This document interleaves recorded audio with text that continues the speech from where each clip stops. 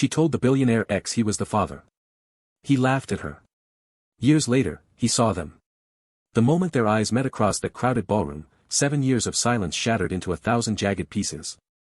Nicholas Wilson stood frozen, his champagne glass suspended halfway to his lips, his billion-dollar composure crumbling in real time as he stared at the woman who had just walked through the gilded doors of the Grand Meridian Hotel. But it was not Ethel Waters that stopped his heart. It was the 2 children flanking her like tiny, well-dressed soldiers. The boy with his jawline. The girl with his eyes. Both of them 7 years old. Both of them impossible. Both of them undeniably, unmistakably his. Ethel watched the color drain from his face. She watched him do the math. She watched 7 years of carefully constructed denial collapse into dust. And she smiled. Because 7 years ago, she had stood in his penthouse apartment, trembling with hope and terror, and told him she was pregnant with his children. And he had laughed. Not a nervous chuckle. Not an awkward response to shocking news. He had thrown his head back and laughed like she had told him the funniest joke he had ever heard. Then he had looked at her with cold, dismissive eyes, and said words she would never forget as long as she lived. Whose is it really, Ethel? Because I know you are not trying to trap me with this. She had stood there, shaking, trying to explain. Trying to make him understand. Trying to reach the man she had loved for 2 years, the man who had promised her forever, the man who had mapped out their future together over late-night conversations and lazy Sunday mornings. But that man had vanished. In his place stood a stranger who looked at her like she was a problem to be solved, not a person carrying his children. Handle it, he had said, already reaching for his phone. I will have my driver take you home. And just like that, she was escorted out of his life. Out of his building. Out of his future. She had walked into that penthouse as the woman he loved. She had walked out as no one. But here is the thing about being reduced to nothing. When you have nothing left to lose, you have everything to gain. When someone burns your world to ashes, you get to decide what rises from the flames. And Ethel Waters had decided to rise. Tonight, 7 years later, she was not the trembling girl begging for acknowledgement.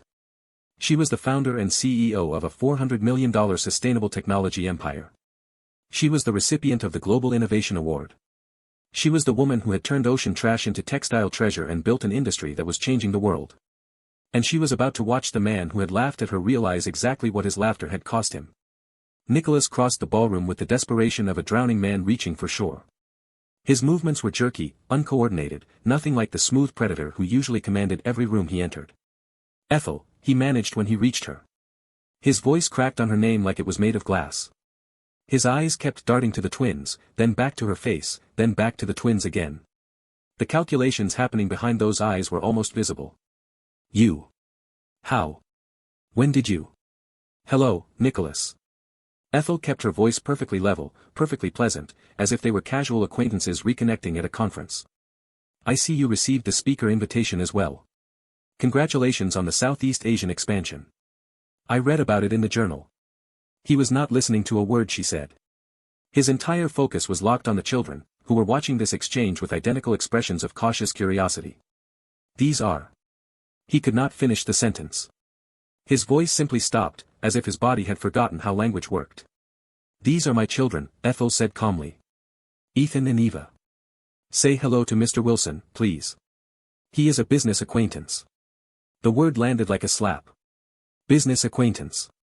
As if he had not spent 2 years sharing her bed, her dreams, her heart.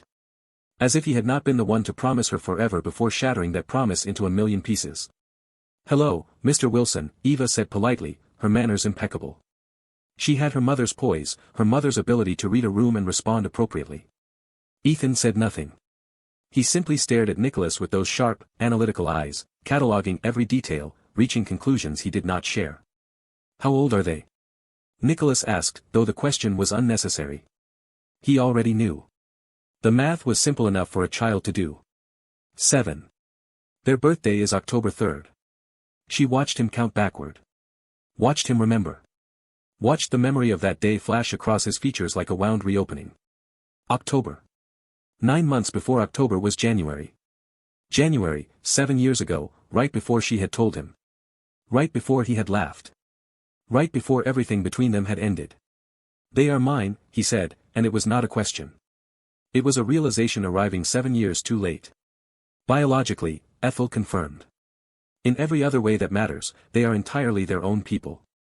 People you do not know. People you have never known. Why? His voice was barely a whisper now, raw with something that might have been pain but was far too late to matter. Why did you never tell me? Ethel felt something twist in her chest. Not sympathy. Not forgiveness. Something sharper, darker, a blade she had been honing for 7 years. I did tell you, Nicholas. I stood in your living room, terrified and hopeful and completely in love with you, and I told you I was pregnant. Do you remember what happened next? He flinched like she had struck him. Do you remember what you said to me? She continued, her voice still perfectly calm. Do you remember asking whose baby it really was? Do you remember suggesting I was trying to trap you? Do you remember laughing in my face like my reality was a joke? Ethel, please. Do you remember telling me to handle it? Like I was a problem. Like our children were a problem. Like everything we had built together for 2 years meant absolutely nothing. I was wrong. The words tumbled out of him, desperate and inadequate. I was scared and stupid and I made the worst mistake of my life. Yes, Ethel agreed. You did. And now here we are, 7 years later, and you are finally seeing what that mistake cost you. 2 children who do not know your name. 7 years of their lives you will never get back. Every first word, every first step, every birthday and holiday and ordinary Tuesday that you missed because you chose to laugh instead of listen. Nicholas looked like a man watching his own execution. Good. Let him feel a fraction of what she had felt that day in his penthouse. Let him understand, finally, the magnitude of what he had thrown away. Can we talk? He asked. Privately. Please. I need to explain. There is nothing to explain. You made your choice 7 years ago. I made mine. The difference is that I chose to build something, while you chose to destroy something. We are both living with the consequences. The twins were watching this exchange with the intensity of children who understood that something important was happening, even if they did not fully grasp the details. Mama, Eva said quietly. Is this the man from the stories? The question hit Nicholas like a physical blow. He looked at Eva, then at Ethel, then back at Eva with an expression of desperate hope and crushing realization. You told them about me? I told them the truth, Ethel replied. That their father made a choice a long time ago that meant he would not be part of their lives. That sometimes adults make decisions that hurt other people. That they were wanted and loved from the moment I knew they existed, even if not everyone felt the same way. The last words were a knife, and she watched them sink in. Before Nicholas could respond, a summit coordinator appeared at Ethel's elbow, tablet in hand and expression professionally urgent. Ms. Waters, the ceremony begins in 15 minutes. We need all award recipients in the staging area. Of course, Ethel said smoothly. She placed a hand on each of her children's shoulders. Come along, loves. We have an award to accept. Ethel, wait. Nicholas reached for her arm, then stopped himself, his hand hovering in the air between them. Please. I have to. She turned back to face him one final time. You had 7 years to need and have to, Nicholas. 7 years to find me, to try to make things right, to be a father to children you chose not to believe existed. You spent those years building your empire while I spent them building our children. We both made our choices. Now we both live with them. She turned and walked away, her children flanking her like the tiny, loyal guards they had always been. And Nicholas Wilson stood alone in the middle of a ballroom full of the most powerful people in the world, watching everything he had ever thrown away disappear into the crowd. The ceremony itself was a blur of lights and applause and carefully scripted praise. Ethel stood on that stage, accepting her Global Innovation Award, delivering a speech about sustainable technology and the future they were building for the next generation. Her voice was strong. Her message was clear. Her composure was flawless. She did not look at Nicholas once, though she felt his gaze on her like a physical weight. Let him watch. Let him see what she had become. Let him understand that his laughter had not broken her. It had forged her. The twins sat in the front row, Ethan occasionally whispering to Eva about the technical aspects of the stage lighting, Eva drawing small designs on a notepad she had brought. They were well-behaved and well-adjusted and entirely unaffected by the drama unfolding around them, because Ethel had spent 7 years making sure they knew they were loved. Making sure they knew they were enough. Making sure they never, ever felt the way she had felt in that penthouse apartment when the man she loved had laughed at her truth. After the ceremony, the mingling began. This was the part Ethel had strategized for, the networking that would open doors for her company's next phase of expansion. She needed to be present, engaged, leveraging this moment into opportunities. But Nicholas was persistent. He appeared at her elbow within minutes, his earlier shock replaced by a desperate determination that might have moved her once, a lifetime ago. "We need to talk." "No," Ethel said simply. "We do not. Those children." His voice dropped low, urgent, meant only for her ears. "Ethel, those are my children. I have a right to. You have no rights." The words came out sharper than she intended, and she forced herself to soften her tone. The twins were nearby, and whatever war she was waging with Nicholas, she would not let them become casualties. "You surrendered your rights 7 years ago when you chose not to believe me. When you laughed at the very idea that I might be telling the truth. I was an idiot. Yes. I was scared and overwhelmed and I handled it wrong. You handled it wrong." Ethel almost laughed, a bitter sound that died in her throat. "You did not handle it wrong, Nicholas. Forgetting to call is handling it wrong. Being late to an appointment is handling it wrong. You laughed in my face and asked whose baby it really was. You implied I was a liar and a gold digger. You had your driver escort me out like I was an intruder in my own relationship. That is not handling it wrong. That is showing exactly who you are. Then I showed you the wrong person." His eyes were intense, pleading, desperate in a way the old Nicholas would never have allowed himself to be. The real me would never have done that. The real me loved you. The real me has regretted that moment every single day for 7 years. The real you, Ethel said slowly, did do that. People reveal themselves in crisis, Nicholas. When the stakes are high, when the news is difficult, when everything is on the line. That is when you see who someone really is. And when my stakes were highest, when I was most vulnerable, when I needed you most, you laughed and walked away. I know. I know. There was real pain in his voice now, real grief, the kind that cannot be manufactured or performed. But Ethel, I have changed. I am not the same man I was 7 years ago. I have done the work. I have looked at myself honestly and hated what I saw and spent years trying to become someone better. Have you? Yes. His answer was immediate, fervent. I have been in therapy for 4 years. I have rebuilt my entire approach to relationships, to empathy, to what actually matters in life.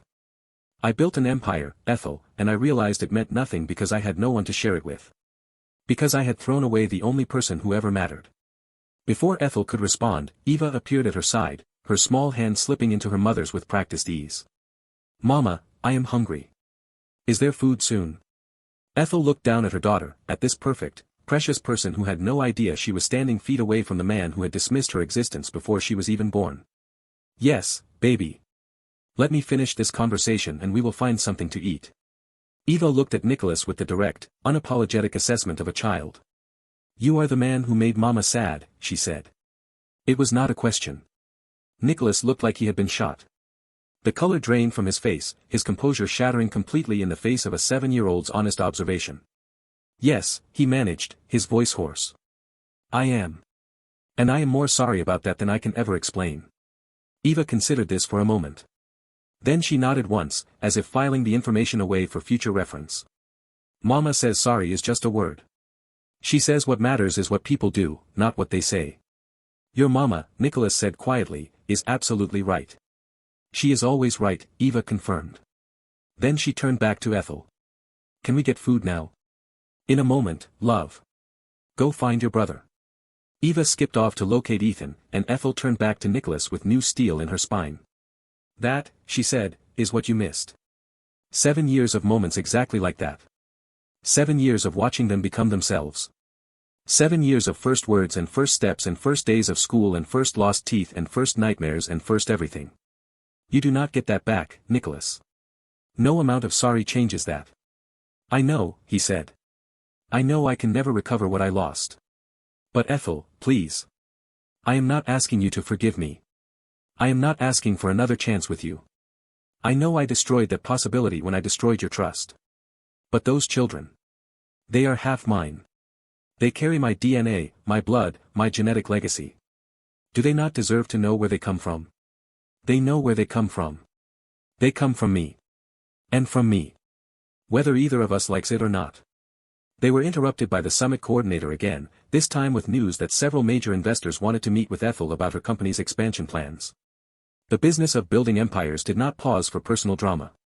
"We are not finished," Nicholas said. "Yes," Ethel replied, "we are. But they both knew that was not true.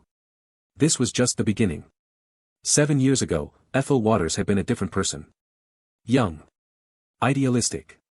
So desperately in love that she had ignored every warning sign, every red flag, every small moment that should have told her Nicholas Wilson was not the man she believed him to be. They had met at a charity gala, one of those glittering events where the wealthy gathered to feel good about themselves while spending more on champagne than most people earned in a year. Ethel had been there as a guest of her mentor, a pioneering environmental scientist who was being honored for lifetime achievement. Nicholas had been there as himself.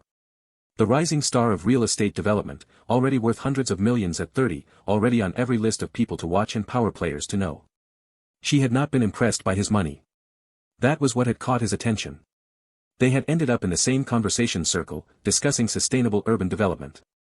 Ethel had challenged his approach, pointed out the environmental costs of his latest project, refused to soften her critique just because everyone else in the circle was nodding along.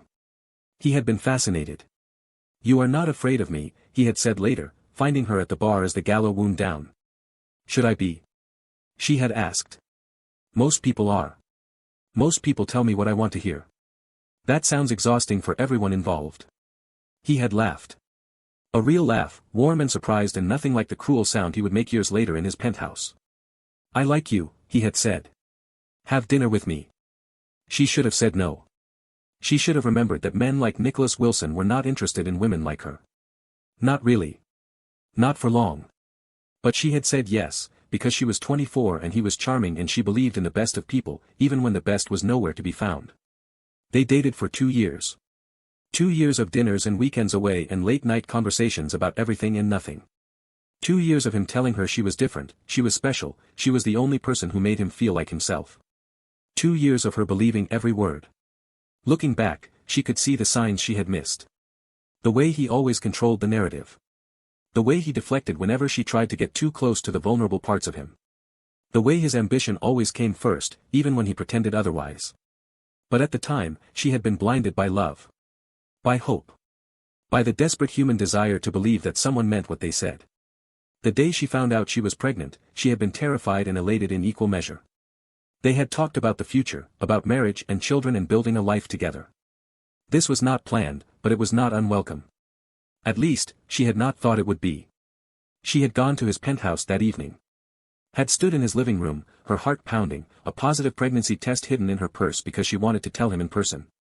"I have something important to tell you," she had said. He had looked up from his phone, his attention only half on her. "What is it?" "I am pregnant." The silence that followed was the longest of her life. She watched his face cycle through surprise, then confusion, then something colder. Something calculating. And then he laughed. The sound had cut through her like a blade. She stood there, frozen, as the man she loved threw his head back and laughed at the most vulnerable moment of her life. "Whose is it really, Ethel?" He was still laughing, wiping tears from his eyes like she had told the funniest joke he had ever heard. "Because I know you are not trying to trap me with this." The words did not make sense. She could not process them, could not understand how they were coming out of his mouth. "What?" She had managed. "Nicholas, it is yours. We have been together for 2 years. Who else would the father be?" The laughter stopped, but the coldness remained. His eyes had gone flat, empty, like a stranger had taken over his body. "I am not ready for children," he had said. "You know that. We have discussed this. We discussed having children eventually. This is eventually. This is happening. Then unhappen it." The words hit her like a physical blow. "What?" "Handle it, Ethel. I will have my driver take you home. We can discuss this later when you have had time to think clearly." "I am thinking clearly." Her voice had started to shake, tears threatening but not yet falling. "Nicholas, this is our baby. This is what we talked about. Marriage, a family, a future together." He was already reaching for his phone, already dismissing her, already moving on to the next item on his agenda. "I do not have time for this right now. I have a conference call in 10 minutes. Marcus will take you home." She had tried to reason with him. Had tried to reach through whatever wall had suddenly appeared between them. Had begged, pleaded, reminded him of every promise he had ever made. But he was already gone. Physically present but emotionally absent, checking his watch, glancing at his phone, making it clear that she and her pregnancy were inconveniences to be dealt with later. Marcus, the driver, had appeared moments later. Apologetic but professional, guiding her toward the elevator with gentle insistence. And just like that, she was out. Out of his penthouse. Out of his life. Out of his future. She had walked into that apartment as the woman he loved. She had walked out as a problem that had been handled. The weeks that followed were the darkest of her life. She had returned to her small apartment, alone, pregnant, abandoned by the person she had trusted most in the world. The shame was overwhelming. How had she been so stupid? How had she spent 2 years loving someone who could dismiss her so easily? How had she missed every sign that his words meant nothing? She had tried to contact him. Phone calls that went to voicemail. Texts that went unanswered. Emails that bounced back as if she had been blocked from his entire existence. He had erased her. Completely, efficiently, like she had never existed at all. For 3 weeks, she had barely functioned. She went through the motions of life, eating when she remembered, sleeping when her body forced her to, crying until there were no tears left. And then, one morning, she had woken up with a different feeling in her chest. Not despair. Not grief. Rage. Pure, clarifying, world-changing rage. He had laughed at her.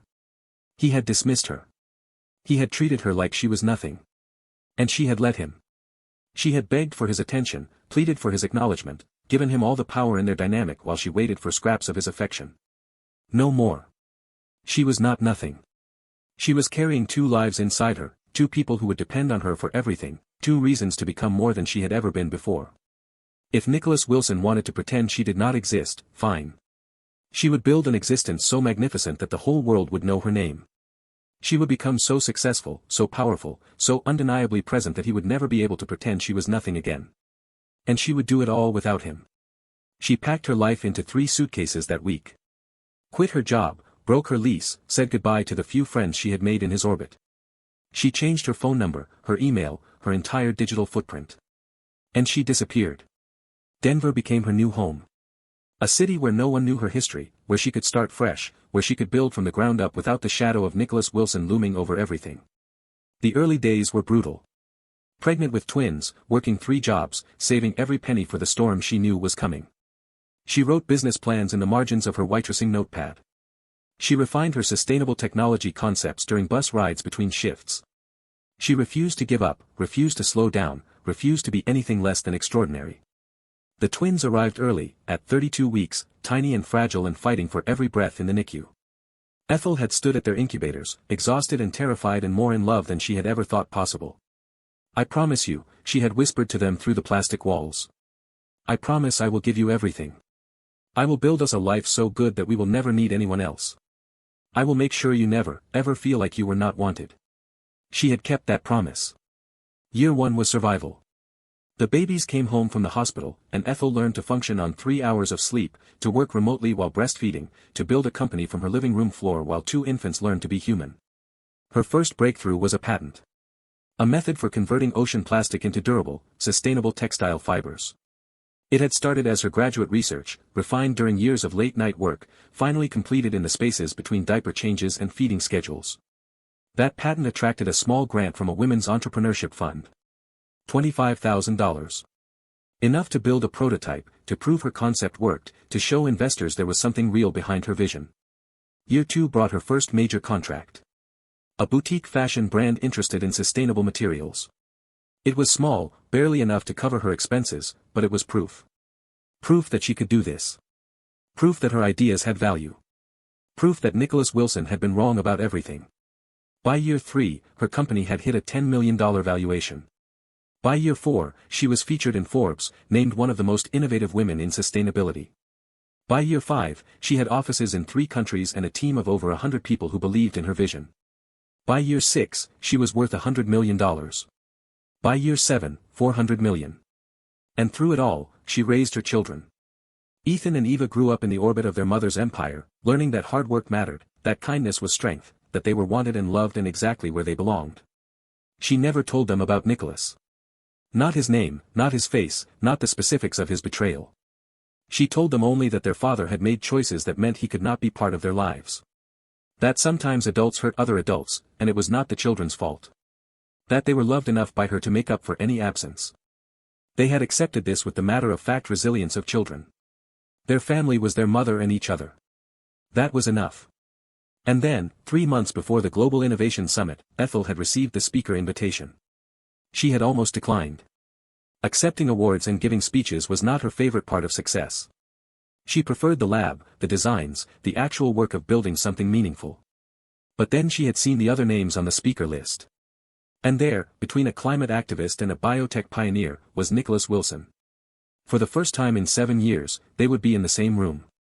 She had almost declined anyway. What was the point of confronting him? She had built her empire without him. She had raised her children without him. She had become everything she was meant to be while he remained stuck in the same shallow ambition that had defined him a decade ago. But then she had looked at Ethan and Eva. At the questions they were starting to ask about their father. At the gaps in their identity that they were beginning to notice. They deserved to know. And Nicholas deserved to see exactly what his laughter had cost him. So she had accepted the invitation. She had planned her arrival, her outfit, her demeanor. She had prepared the twins for the possibility of meeting someone from their mother's past. She had strategized every detail of this confrontation like it was a business negotiation, because in a way, it was. She was negotiating for the truth. For acknowledgement. For the reckoning that had been 7 years in the making. And now it was happening. The networking portion of the summit continued, but Ethel found it difficult to focus on the investors and executives vying for her attention.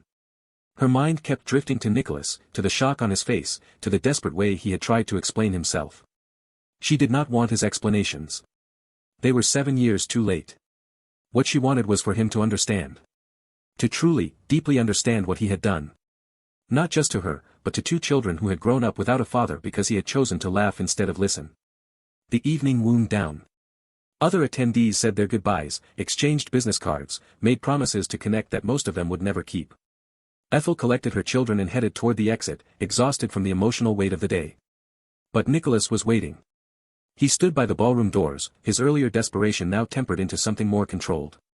He had clearly spent the past hours regrouping, strategizing, preparing whatever pitch he was about to deliver. Some things never changed. Ethel, he said as she approached.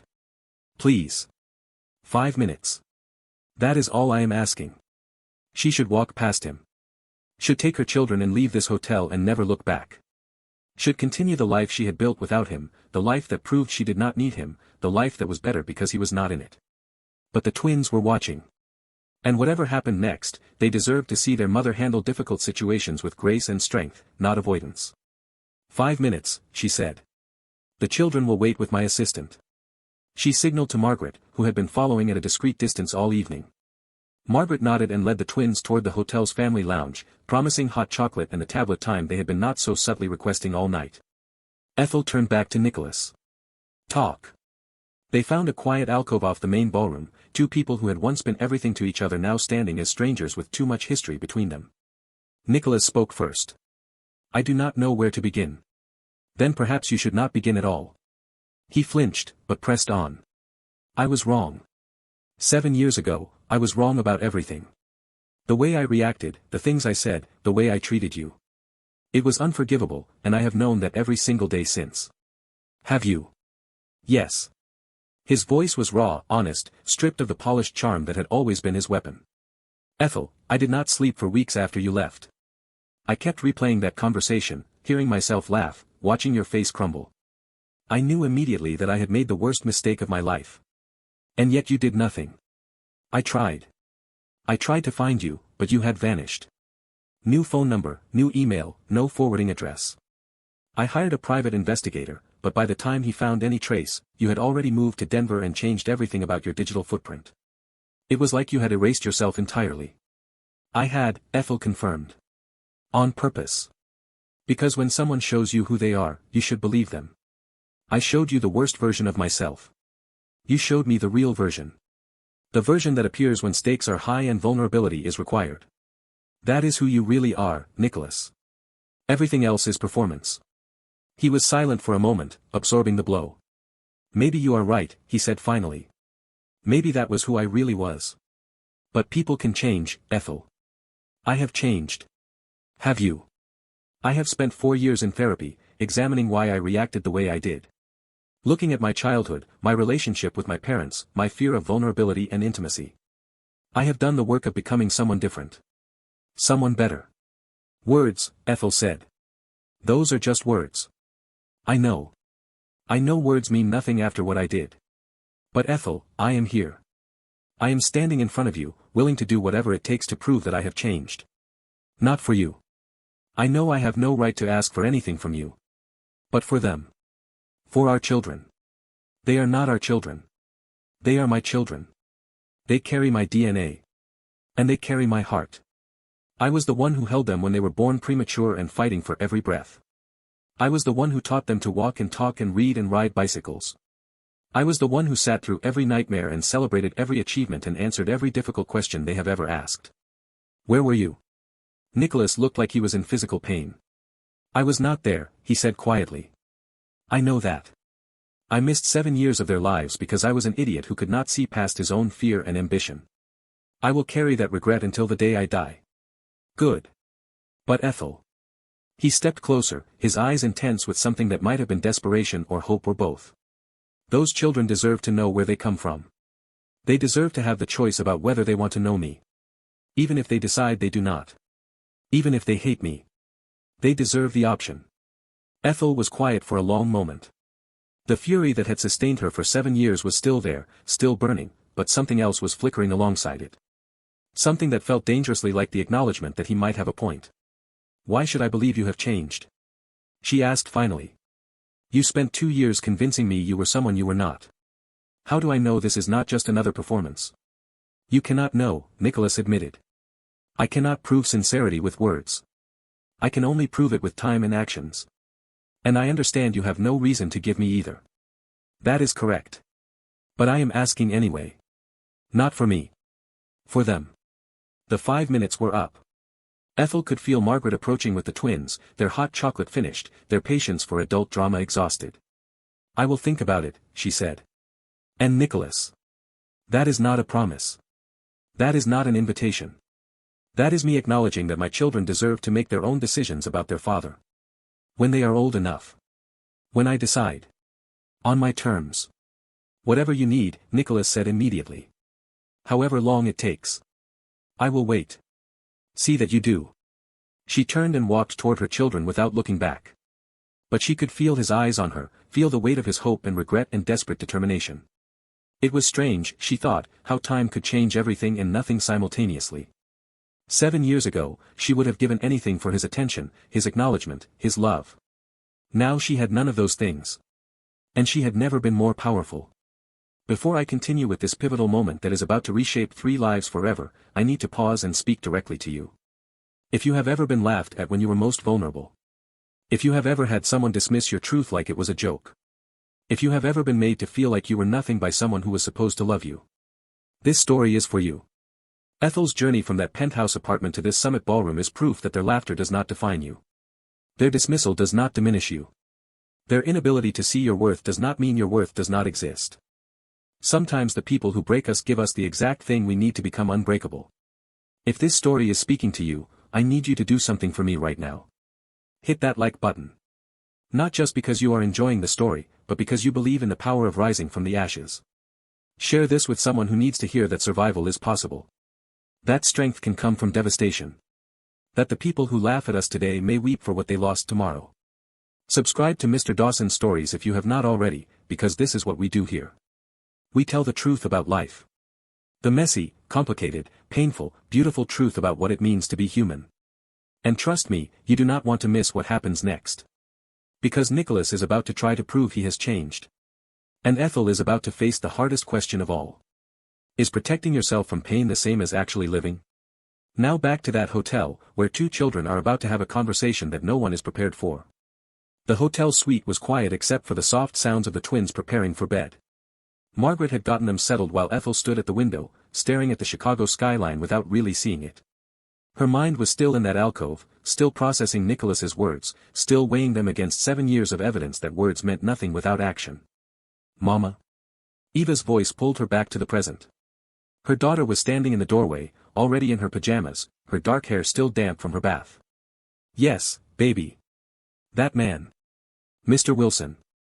He is our father, is he not? It was not really a question. Children were more perceptive than adults ever gave them credit for. Ethel crossed the room and knelt in front of her daughter, taking her small hands in her own. Yes, she said. He is.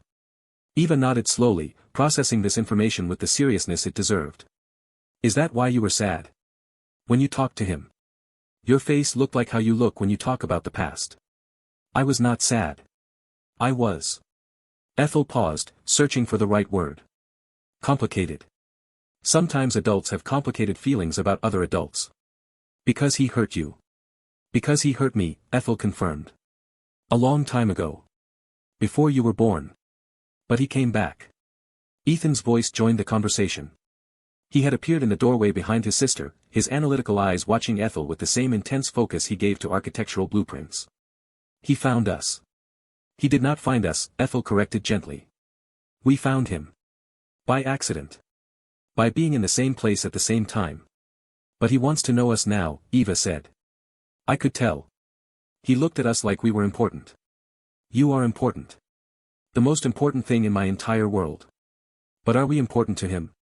The question hung in the air, impossible to answer honestly without either crushing her children's hopes or setting them up for potential disappointment.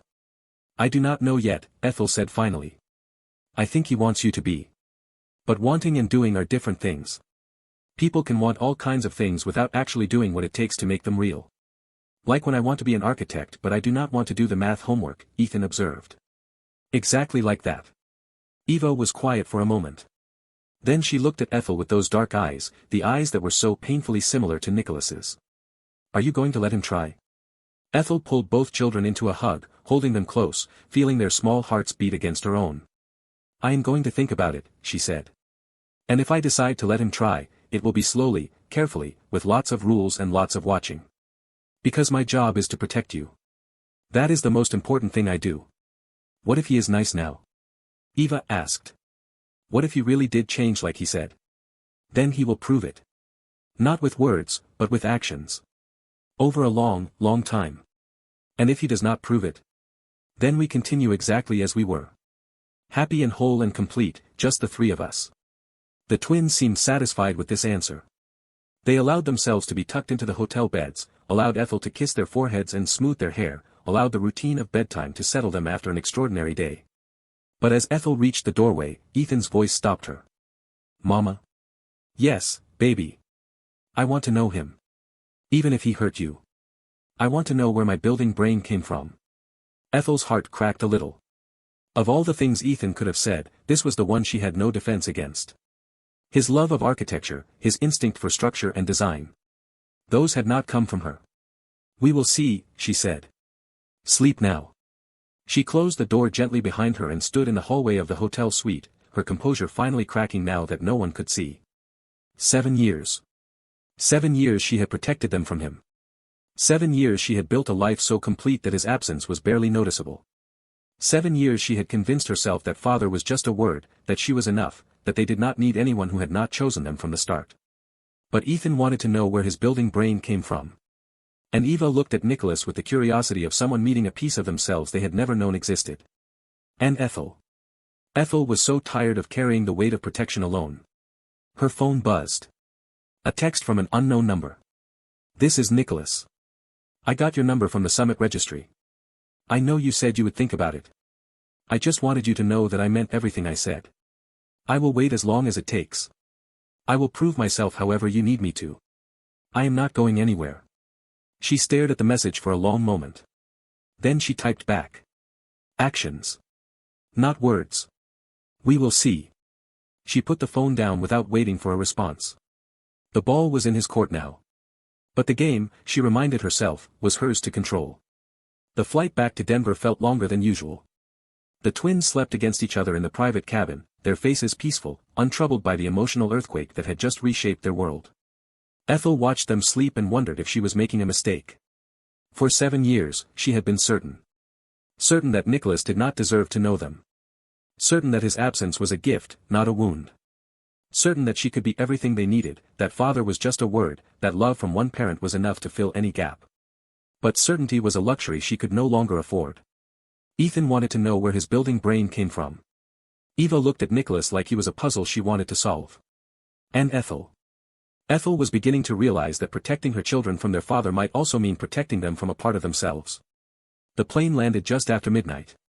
Margaret had arranged for a car to meet them, and within an hour they were home. The familiar comfort of their Denver house wrapped around Ethel like armor, reminding her of everything she had built, everything she had survived, everything she had become. This was her territory. Her kingdom. Whatever happened with Nicholas would happen on her terms. She tucked the twins into their beds, kissed their foreheads, stood in their doorway for a moment watching them breathe. These two humans she had built and raised. These two people who somehow combined the best parts of her and Nicholas while being entirely their own. They deserved to know where they came from. They deserved access to that part of their identity, even if it meant Ethel had to face Nicholas regularly, had to keep old wounds from reopening, had to maintain professional courtesy with the man who had shattered her heart so completely she had spent 3 years certain she would never let anyone close again. She could do it. She had survived harder things. Later, in her own room, she pulled out her phone and found another text from Nicholas waiting. I know you said actions not words. So here is my first action. I have cleared my schedule for the next 3 months. Whenever you are ready, however you want this to work, I am available. No business trips, no conflicts, no excuses. Just tell me what you need. She stared at the message for a long moment. Then she typed back. I need time. Do not contact me again until I reach out first. His response came immediately. Understood. I will wait. She put the phone down and tried to sleep, but her mind kept replaying moments from the day. The shock on Nicholas's face when he saw the twins. The way he had crouched to their level when speaking to them. The desperation in his voice when he had asked for a chance to prove himself. And underneath it all, the painful awareness that this was the Nicholas she had loved. Capable of genuine emotion, of real connection, of vulnerability he usually kept hidden behind walls of ambition and control. She had thought that Nicholas was dead. Killed by his own choices, buried under 7 years of distance and silence. But watching him with the twins, watching his composure crumble, watching something like genuine transformation flicker across his features. Maybe that Nicholas was not dead. Maybe he had just been lost. And maybe, against all odds, he was trying to find his way back. 3 weeks passed. 3 weeks of the twins asking questions Ethel did not know how to answer. 3 weeks of Ethan bringing up architectural concepts and then pausing, clearly wondering if his father knew about them too. 3 weeks of Eva drawing pictures that now sometimes included a mysterious fourth figure, tall and dark-haired and standing slightly apart from the family. 3 weeks of Nicholas keeping his word. No calls, no texts, no attempts to pressure her. Just silence, exactly as she had requested. It was the silence that finally convinced her. The old Nicholas would never have been able to wait. The old Nicholas would have pushed, pressured, used every tool at his disposal to get what he wanted. The old Nicholas saw patience as weakness and restraint as failure. But this Nicholas waited. And waited. And waited. On the 22nd day, Ethel made her decision. She called him. He answered on the first ring, but his voice was calm, controlled, nothing like the desperate man from the summit. Ethel. Nicholas. I have been thinking. I figured. Take all the time you need. I have taken enough time. I want to establish some ground rules. Whatever you need. She took a deep breath. If you want to be part of their lives, it happens on my terms. Supervised visits only. I will be present for every interaction until I decide otherwise. No gifts without my prior approval. No trips, no outings, no one-on-one time until I am certain you are not going to disappear when fatherhood becomes inconvenient. Agreed. Video calls twice a week, maximum 15 minutes each. I will be monitoring. If I hear anything that concerns me, the calls stop immediately. Agreed. You will not discuss our past with them. You will not paint yourself as a victim. You will not make promises you cannot keep. If you tell them you will be somewhere, you will be there. No excuses, no last-minute cancellations, no business emergencies that take priority over their expectations. Agreed to all of it. And Nicholas. Her voice hardened. If you hurt them. If you make them feel for even one moment like they were a mistake or an inconvenience. If you treat them the way you treated me. I will destroy you. Not financially. Personally. I will make sure they never question their worth because of anything you do or say.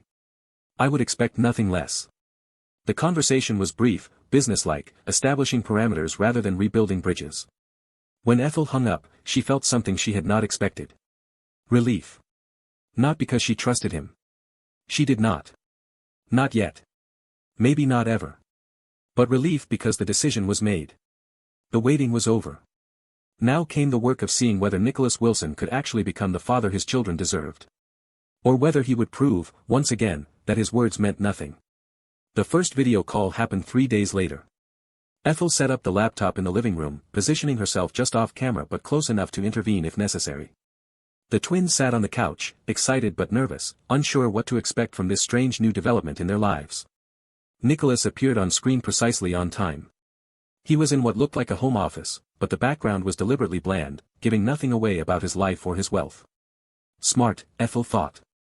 He was being careful not to overwhelm them. "Hi," he said simply. "Thank you for letting me call." "Hi," Eva replied, her natural sociability overcoming her nerves. "Mama said you wanted to talk to us." "I did. I do." He paused, clearly uncertain how to proceed. "I know this is strange for everyone. I just wanted to start by saying that I am really glad to see you both." "Why?" Ethan's question was direct, almost challenging. "You did not want to see us before." Ethel tensed, ready to end the call, but Nicholas's response surprised her. "You are right," he said quietly. "I did not want to see you before because I did not know you existed. And the reason I did not know you existed is because I made a terrible mistake a long time ago. I hurt your mother, and because I hurt her, she decided that I did not deserve to know about you. That was her decision to make, and I understand why she made it." Ethan processed this with visible skepticism. "But now you want to know us? More than anything in the world. Why?" "Because you are my children. And even though I missed the first 7 years of your lives, I do not want to miss any more. I want to learn who you are. I want to know what you like and what you do not like and what makes you laugh and what makes you sad. I want to be part of your story, if you will let me." Eva had been listening intently. "Mama says you have to prove yourself. With actions, not words. Your mama is absolutely right. And I intend to do exactly that." "What kind of actions?" Ethan pressed. "Showing up. Every time I say I will be somewhere, being there. Keeping my promises. Treating you and your mother with respect. Being patient when things are hard. Doing the work of becoming someone worthy of being your father, even though I know I do not deserve that title yet." "How long will that take?"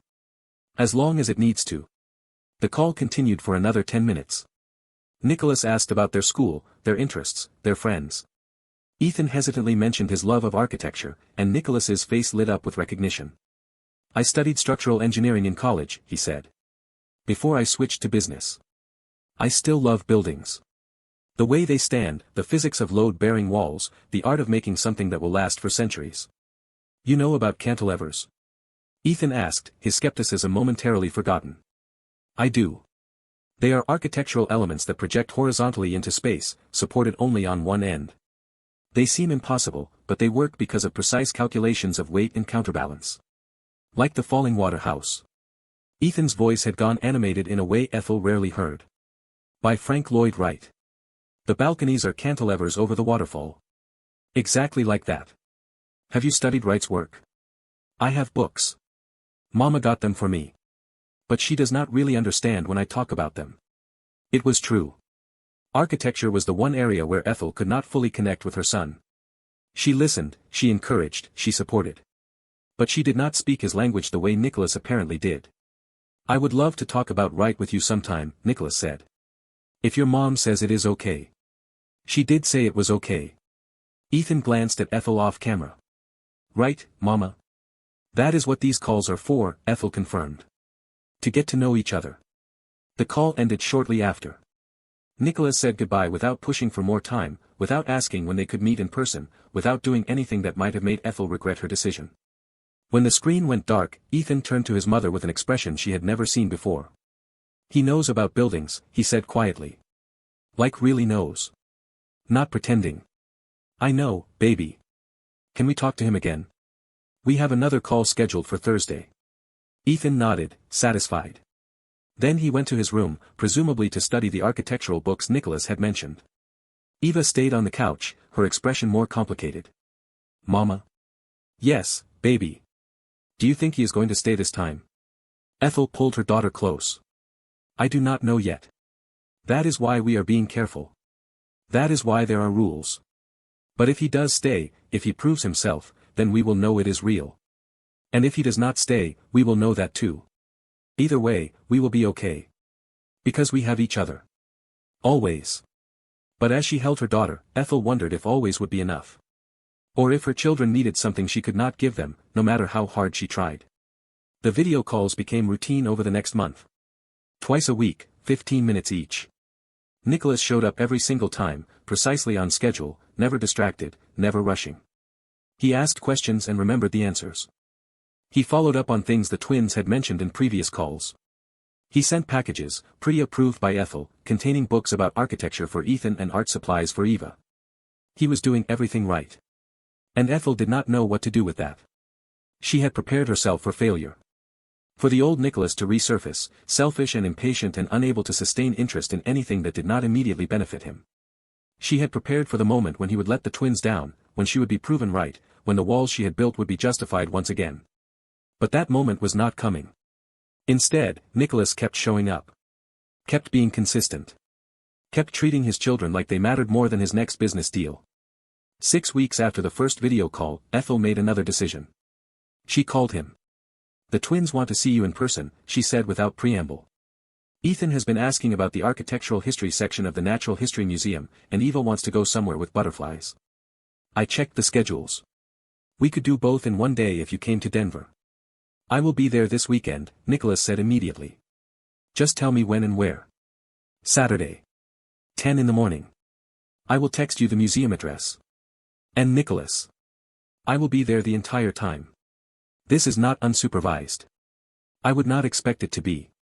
He arrived in Denver on Friday night, texting Ethel to let her know he had checked into a hotel. No pressure, no requests to see the twins early, just information. Saturday morning, Ethel and the twins drove to the museum. The twins were buzzing with anticipation, a mixture of excitement and nervousness that manifested in Ethan talking non-stop about cantilevers and Eva braiding and unbraiding her hair repeatedly. Nicholas was waiting outside the museum entrance when they arrived. He looked different than he had at the summit. Less polished, more accessible. He was wearing jeans and a casual sweater instead of a suit, and the effect was almost disorienting. He saw them approaching and his whole face transformed into a smile that made him look younger, less guarded. "Hi," he said simply. "Thank you for this." Ethan did not waste time on pleasantries. "The architectural history section is on the 3rd floor," he announced. "There is an exhibit about load-bearing walls and structural innovations. I have been wanting to see it for months." "Then let us start there," Nicholas replied. "Lead the way." Ethan practically ran toward the entrance. Eva followed more slowly, glancing back at Ethel for reassurance.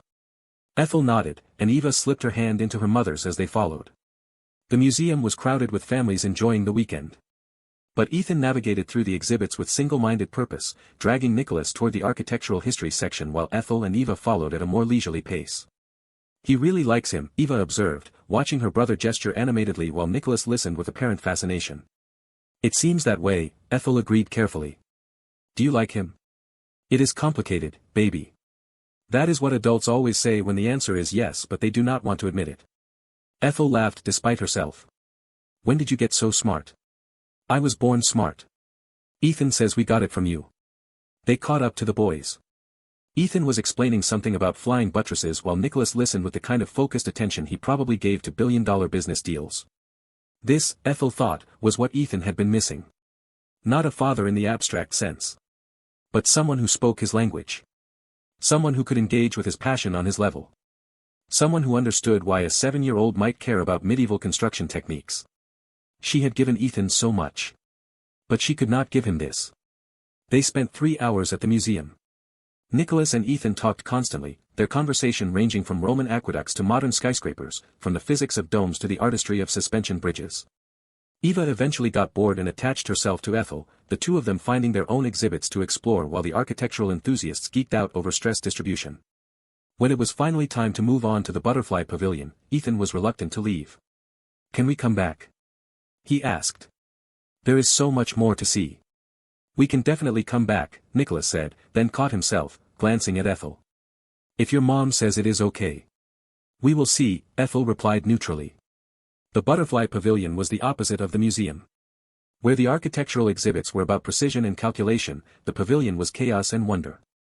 Hundreds of butterflies floating through a climate-controlled habitat, landing on flowers and visitors and each other without pattern or prediction. Eva was enchanted immediately. She stood very still in the center of the pathway, arms outstretched, waiting with the patience of someone who understood that beautiful things came to those who did not chase them. A monarch butterfly landed on her outstretched hand. Then another on her shoulder. Within moments, she had 5 butterflies resting on her like she was a flower they had been seeking. "Do not move," Ethel whispered, pulling out her phone to capture the moment. But Nicholas was faster, his phone already out, taking photos from multiple angles. "This is incredible," he breathed. "She is like a butterfly magnet." "I am a butterfly princess," Eva whispered, her voice filled with wonder. Ethan stood nearby, watching his sister with a mixture of envy and admiration. "How do you do that?" "You have to be very still and think beautiful thoughts," Eva explained seriously. "That is ridiculous," Ethan countered. But he tried it anyway, standing perfectly still, his face scrunched in concentration. A small blue butterfly landed on his nose. "I got one," he yelped, then immediately regretted the noise as the butterfly flew away. "I scared it." "You will get another chance," Nicholas assured him. "Here. Stand next to me. We will be still together." Father and son stood side by side, waiting for butterflies. And watching them, Ethel felt something in her chest shift. This was what she had wanted for them. A father who showed up, who participated, who made ordinary moments special just by being present. But it was also dangerous. Because the more Nicholas proved himself, the more she would have to confront her own walls and decide whether they were still protection or had become prison. After the butterfly pavilion, they stopped for ice cream. The twins debated flavors with the seriousness of people making life-altering decisions while Ethel and Nicholas stood slightly apart, watching. "Thank you for today," Nicholas said quietly. "For letting me be part of this." "You did well," Ethel admitted. "They are happy. That is what matters." "Can I ask you something?" He hesitated. "Not about them. About you." "That depends on the question. Are you happy? Beyond being a mother, beyond your success, beyond everything you have built. Are you happy?" The question caught her off guard, cutting through small talk to something more vulnerable. "I am content. I have work that matters, children I love, a life I built from nothing. That is more than most people get. Content is not happy. Maybe not. But it is stable. And after 7 years of fighting for stability, I will take it over the chaos of chasing happiness." Nicholas absorbed this with visible sadness. "I did that to you. Made you choose survival over joy. You were part of it," Ethel acknowledged. "But I made my own choices. I chose to leave, to start over, to build something that could not be taken from me. Those were my decisions, and I do not regret them. Even if they cost you happiness. Happiness is overrated. It is a feeling that comes and goes. Stability is what keeps you alive when feelings fail." Before Nicholas could respond, the twins returned with their ice cream selections. Mint chip for Ethan, strawberry for Eva. They sat at a small table outside despite the cool autumn air, the twins chattering about butterflies and buildings while Ethel and Nicholas made small talk that carefully avoided anything substantial. The day ended at Ethel's house. Nicholas walked them to the door, hesitating on the threshold. "Can I come in?" he asked. "Just for a few minutes. I would like to see where they live. If that is okay." Ethel considered, then nodded briefly. "They need baths and bedtime soon." The house was exactly what Nicholas would have expected. Tastefully decorated but clearly lived in, with the twins' artwork on the walls and their toys organized in baskets that suggested someone fought a daily battle against chaos. Family photos covered one wall. 7 years of life he had missed. Birthdays and holidays, first days of school, random afternoons that had been deemed photo-worthy. "You have built a beautiful life," Nicholas said, studying a photo of Ethel and the twins at what looked like a pumpkin patch. All 3 of them laughing at something outside the frame. "I built a safe life," Ethel corrected. Beautiful was never the goal. "Can I show you my room?" Eva asked, tugging at Nicholas's hand. "I have a dragon collection. I would love to see it." "If she gets to show her room, I get to show mine," Ethan protested. "Mine has blueprints. I want to see both. We will start with Eva's, then yours." "Fair." The tour took 20 minutes. Each child pointed out treasured possessions, explained their significance, revealed pieces of themselves they wanted their father to know. Nicholas listened. Asked questions. Treated their 7-year-old concerns with the same respect he would give a board meeting presentation. By the time they finished, it was past bedtime. Ethel shepherded them toward the bathroom while she walked Nicholas back to the door. "Can I see them again tomorrow?" he asked. Before I fly back. Maybe lunch at the park. Ethel considered. She had planned to maintain distance, to keep his visits controlled and limited. But the twins had been so happy today, and Nicholas had been genuinely present in a way that suggested this was not just novelty but real commitment. Lunch, she agreed. Noon. There is a park nearby with a good playground. Thank you. He paused at the door. Ethel, I know I have years of trust to rebuild. I know one good day does not erase 7 years of absence. But I want you to know I am serious about this. About them. I am not going anywhere. Time will tell, Ethel replied. It always does. After he left, she found both twins in the bathroom, supposedly brushing their teeth but actually playing with the water. Did you have fun today? She asked. The best, Eva confirmed. Can he come every weekend? Not every weekend. He lives in Chicago. He has work. But he will visit as often as he can. I like him, Ethan announced. He is smart, and he listens when I talk about buildings. Most adults pretend to listen, but they are really just waiting for me to stop. He does seem to really listen, Ethel agreed. Do you like him? Eva asked. I am glad he is a good father to you. It was not an answer, and they all knew it. But it was all she was willing to offer. That night, after the twins were asleep, Ethel sat in her home office staring at nothing. Her phone showed a text from Nicholas. Today was the best day I have had in 7 years. Thank you for giving me this chance. Sleep well. She typed back. They had a good time. See you tomorrow at noon. Professional. Neutral. Giving nothing away. The next day at the park, Nicholas arrived 15 minutes early. Ethel watched from her car as he paced near the entrance, checking his phone, clearly nervous. When he spotted them approaching, his face transformed. They ate lunch at a picnic table while the twins told him about their school week. Ethan's science project on bridges. Eva's spelling test where she had gotten every word right. The elaborate recess politics involving dragons and castles. After lunch, the twins raced to the playground while Ethel and Nicholas sat on a nearby bench. I have been thinking, Nicholas said. About how to make this work long term.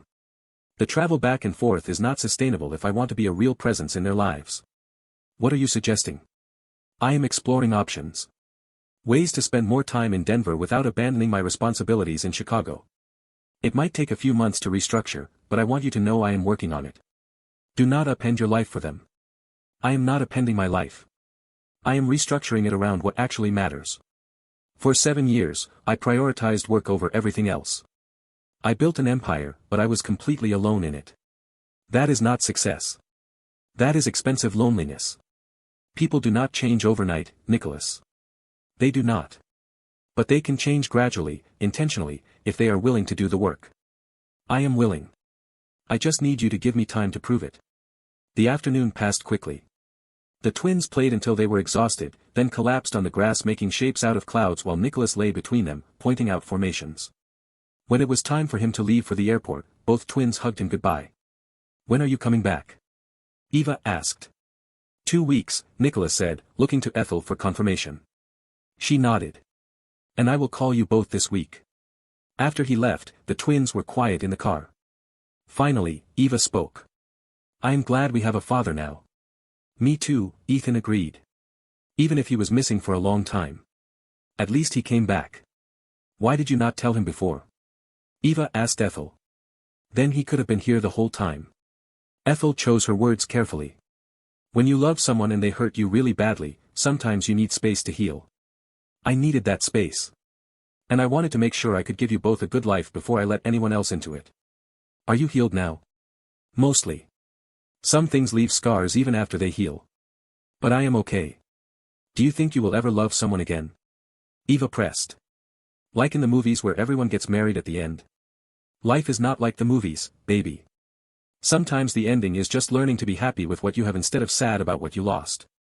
But even as she said it, Ethel wondered if it was true. The months that followed tested every boundary Ethel had established. Nicholas kept his word. He flew to Denver twice monthly, exactly as agreed. He called the twins 3 times a week. He sent thoughtful gifts for birthdays, never excessive, always meaningful. And slowly, almost imperceptibly, Ethel's walls began to crack. It started small. She caught herself smiling at something Nicholas said during a video call. She found herself looking forward to his visits. She noticed how he had changed. More patient. More present. More willing to be vulnerable than the man she had known 7 years ago. Before I continue with the moment that changes everything, I need to pause and speak to you directly. We are at the turning point now. Ethel has spent 7 years building walls, and Nicholas has spent months trying to prove he is worth letting in. The question hanging over this entire story is one we all face at some point. Can people really change? Or is transformation just a more patient version of the same old patterns? I want to hear from you. Drop a comment right now telling me what you think. Has Nicholas earned a real second chance? Or should Ethel protect herself and her children from someone who already proved what he is capable of? Your opinion matters. This community we are building at Mr. Dawson's Stories, it is not just about watching. It is about engaging, about sharing our own experiences, about learning from each other. So hit that like button if you believe in the possibility of change. Subscribe and turn on notifications if you want to see how this ends. Share this with someone who needs to hear that their past does not have to define their future. Because what happens next? It is going to test everything we think we know about forgiveness, about family, about what it really means to earn trust. Now back to Denver, where Nicholas is about to make an announcement that will force Ethel to face the one question she has been avoiding for 7 years. For months after that first meeting at the summit, Nicholas made his move. They were having dinner at Ethel's house. It had become routine. Nicholas cooking while Ethel supervised homework. Everyone pretending this was completely normal when nothing about it was. I have news, Nicholas said as they sat down to eat. The twins looked up with interest. I have been restructuring my company. Delegating more to my executive team. And I have decided to open a Denver office. It will be small at first. But it means I can spend more time here. 3 weeks out of every month instead of just weekends. The twins erupted into cheers. Ethel felt her heart rate increase. That is a big change, she said carefully. It is the right change. My company can function without me micromanaging every decision. But Ethan and Eva. They are only 7 once. I do not want to miss any more of their lives. What about your life in Chicago? Your friends, your routine. I did not have much of a life in Chicago. Just work. The few friends I had were business associates who have mostly fallen away since I started spending time here. There is nothing tying me there except inertia and habit. Here, I have my children. That is everything. It was the right answer. Everything Ethel had hoped to hear. And it terrified her. Because if Nicholas relocated to Denver, if he became a permanent fixture in their daily lives, the careful distance she had maintained would become impossible. She would have to actually deal with her feelings instead of compartmentalizing them into monthly visits. When would this happen? I am looking at properties now. Hoping to be settled within 2 months. I wanted to tell you first. Make sure it was okay. You do not need my permission to move to Denver. No. But I need you to be comfortable with it. If this is too much, too fast, I can slow down. Ethel looked at the twins, who were watching with barely contained excitement. She looked at Nicholas, who had spent 4 months proving himself reliable. Do it, she said. Move here. Be close to them. They deserve that. What she did not say was that maybe she deserved it too. Maybe she deserved to see what happened when someone who had hurt her actually did the work to become better. That night, after Nicholas left and the twins were asleep, Ethel stood in her kitchen staring at nothing. Margaret found her there 20 minutes later. You are thinking very loudly, Margaret observed. Want to share? He is moving here. Opening a Denver office. He will be here 3 weeks out of every month. And how do you feel about that? Terrified. Hopeful. Both simultaneously. He has been everything you hoped he would be as a father. That is what scares me. It means I cannot keep him at arm's length anymore. I am going to have to actually examine what I feel about him beyond just whether he is good for the children. And what do you feel about him? Ethel was quiet for a long moment. I do not hate him anymore. I did for a long time. But watching him with Ethan and Eva. Seeing how he has changed. It is hard to maintain hatred in the face of genuine transformation. That is not what I asked. I know what you asked. I am just not ready to answer it honestly. Because the answer scares you. Because the answer means I might have to risk something I swore I would never risk again. My heart. My trust. My belief that people can choose me and stay chosen. What if he is actually different now? What if he has become the man you needed him to be 7 years ago? Then I have to decide whether to punish him forever for who he was. Or give him credit for who he has become? It was the question Ethel had been avoiding for months. I do not know if I can do it, she whispered. I do not know if I can be that vulnerable again. You do not have to decide tonight. But eventually, you will have to decide something. Living in limbo is its own kind of prison. You survived what he did to you. You built an empire from nothing. You raised 2 incredible children alone. You are strong enough to risk your heart again, if you choose to. The question is whether you are brave enough. The word settled over Ethel like a challenge. She had thought surviving was the brave part. But maybe staying safe was actually the coward's choice. 6 weeks later, Nicholas closed on a house in Washington Park. A beautiful craftsman-style home 3 miles from Ethel's place. He invited them over for a walkthrough before he moved in. This will be your room when you stay over, he told Ethan, revealing a bedroom with built-in bookshelves and a desk position to catch morning light. I thought you could use it for your architecture projects. Ethan's eyes went wide. This is mine. Really mine. Really yours. We will decorate it however you want. Eva's room was painted lavender with space for her dragon collection and a window seat perfect for reading. I love it, she breathed. Can we stay tonight? Not tonight. Your dad does not even have furniture yet. But soon. They explored the rest of the house. A home office. A modern kitchen opening to a backyard perfect for children. A living room with space for family movie nights. It was a house designed for the life Nicholas was building. Not the life he had. After the twins ran outside to explore the yard, Ethel and Nicholas stood in the kitchen. The space between them was charged with something neither was ready to name. This is really happening, Ethel said. You are really here. Building a life close to them. I told you I would. I know it took months to prove. But I meant every word. She studied him. Looking for cracks in the facade. Finding none. Can I ask you something? She said finally. Not as the mother of your children. Just as me. Anything. Why? Why did you choose laughter 7 years ago? I have never understood it. We were good together. We had plans. And then I told you I was pregnant and suddenly none of it mattered. Nicholas's face crumpled with old pain. You were not lacking anything. The problem was never you. It was me. I was a coward. You challenged me to be better, to be more authentic, to examine the parts of myself I had been avoiding. Your pregnancy forced a decision I was not ready to make. And instead of being brave, I was cruel. And now? Now I have done the work. Not for you. I do not have the right to expect anything from you. But for them. For myself. Because I finally understood that the life I was living was hollow no matter how successful it looked from the outside. Ethel felt tears threatening and blinked them back. I am scared, she admitted. Of letting you in. Of trusting you with more than just co-parenting. Of believing this version of you is real. I am scared too. Scared I will mess this up. Scared I do not deserve the chance you have already given me. But Ethel.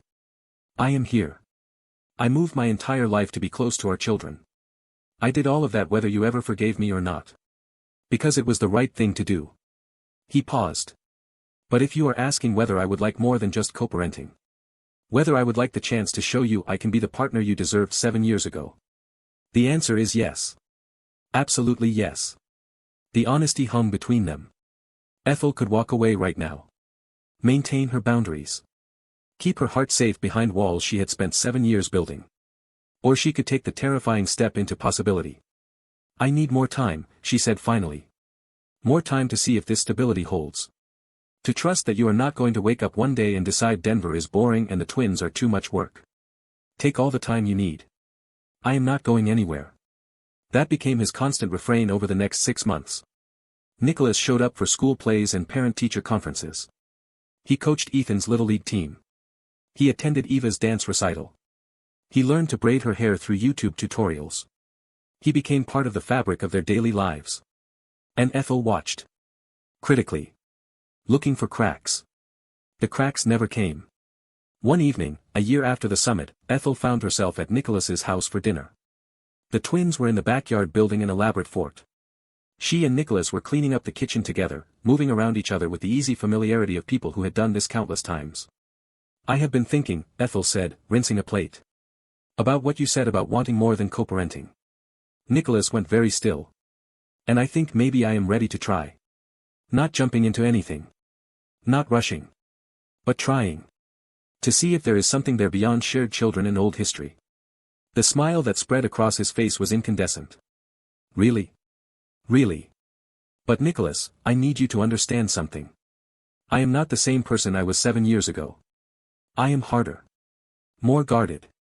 Less willing to accept less than I deserve. If we do this and you hurt me again, there will not be another chance. Not ever. I understand. And I promise you, I will not waste this opportunity. He moved closer. Carefully. Asking permission with his eyes before taking her hand. Can I take you to dinner? Just us. A real date where we figure out who we are now instead of who we were. I would like that. Their first date happened 2 weeks later. Margaret stayed with the twins. Nicholas took Ethel to a quiet restaurant and they talked for 3 hours about everything and nothing. It felt different than it had 7 years ago. More grounded. Less desperate. They were not young people trying to prove something. They were adults who had survived heartbreak and built separate lives and were now choosing carefully whether those lives might fit together. The ending came not with fireworks or grand gestures, but with quiet daily choices. Nicholas showing up for Sunday dinners. Ethel inviting him to foundation events as her partner.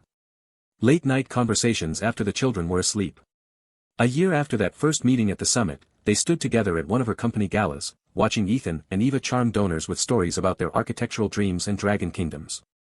Nicholas's arm was around Ethel's waist. Comfortable. Earned. We did okay, he said quietly. We did better than okay. We did real. Messy and imperfect and absolutely real. I love you, he said. Simple and true. I love you too. Again. Still. Earned through every difficult moment and every choice to stay. The story did not end there. Real stories never do. They continue. Evolve. Face new challenges. But they faced them together. Rebuilding trust. Choosing each other daily. Proving that second chances were real when both people were willing to change. This is the truth I want you to take from this story. Some people who hurt us are exactly who they showed us they were. They do not change. They do not grow. Walking away from them is not giving up. It is wisdom. But some people. Some rare, determined, genuinely transformed people. They do the work. They face their demons. They become better than they were. The challenge is not knowing which kind of person you are dealing with until time reveals the truth.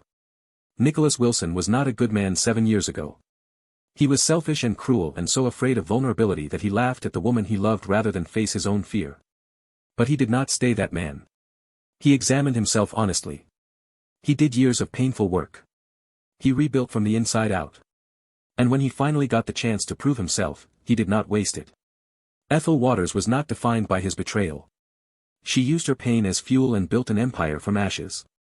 She protected her children fiercely. She created a life so complete that his absence barely registered. But she also found the courage to let him try again. Not because she forgave easily. Not because she forgot what he did. But because her children deserved the chance to know their father. And because she was brave enough to believe that people could become better than their worst moments. That is the message I want you to carry with you. Your worst moments do not have to define you if you are willing to do the work of becoming someone different. And the people who hurt you. Some of them will never change. But some of them might. The key is not trusting their words. The key is watching their actions. Over time. Consistently. Until the truth reveals itself. If this story moved you, I need you to do something for me right now. Hit that like button. Not because it helps this video, though it does. But because you believe that transformation is possible. That survival can become thriving. That broken things can sometimes be rebuilt stronger than before. Share this video with someone who needs to hear it. Someone who has been laughed at or dismissed or made to feel like nothing. Someone who needs to know that the people who underestimate them today might weep for what they lost tomorrow. Subscribe to Mr. Dawson Stories. Turn on notifications. Because this is what we do here. We tell the truth about life. The messy, complicated, painful, beautiful truth about love and loss and second chances. Drop a comment telling me your story. Have you ever been betrayed by someone who later proved they had changed? Have you ever given someone a second chance and been glad you did? Or have you learned the hard way that some people never become better? Your voice matters. Your experience matters. This community we are building, it is not about one person telling stories. It is about all of us learning from each other. And remember this. The end is never really the end. It is just the moment we choose to stop counting losses and start building something new. Thank you for watching. Thank you for being part of this community. I will see you in the next story.